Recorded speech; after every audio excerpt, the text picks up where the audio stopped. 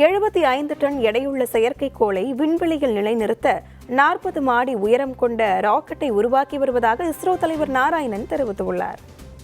தெலங்கானா மாநிலம் ஹைதராபாத்தில் உள்ள உஸ்மானியா பல்கலைக்கழக பட்டமளிப்பு விழாவில் கலந்து கொண்டு பேசிய இஸ்ரோ தலைவர் நாராயணன், இந்த ஆண்டு அமெரிக்காவின் 6500 கிலோ எடையுள்ள தகவல் தொடர்பு செயற்கைக்கோளானது இந்திய ராக்கெட்டுகளை பயன்படுத்தி விண்வெளியில் வெற்றிகரமாக நிலைநிறுத்தப்பட்டுள்ளது என தெரிவித்தார். இதையடுத்து 75000 கிலோ எடையுள்ள செயற்கைக்கோளை பூமியின் தாழ்வான சுற்றுப்பாதையில் செலுத்துவதற்காக 40 மாடி கட்டிடத்தின் உயரமுள்ள ராக்கெட்டை இஸ்ரோ உருவாக்கி வருவதாகவும், தொழில்நுட்ப செயல்விளக்க செயற்கைக்கோள் மற்றும் GSAT-7R செயற்கைக்கோள் ஆகியவற்றை இந்த ஆண்டு விண்ணில் செலுத்த திட்டமிட்டுள்ளதாகவும் தெரிவித்துள்ளார். இந்தியாவின் 55 செயற்கைக்கோள்கள் பூமியின் தாழ்வான சுற்றுப்பாதையில் இருப்பதாகவும், இந்த எண்ணிக்கை இன்னும் 3 முதல் 4 ஆண்டுகளில் 3 மடங்காக உயரும் எனவும் நாராயணன் தெரிவித்துள்ளார்.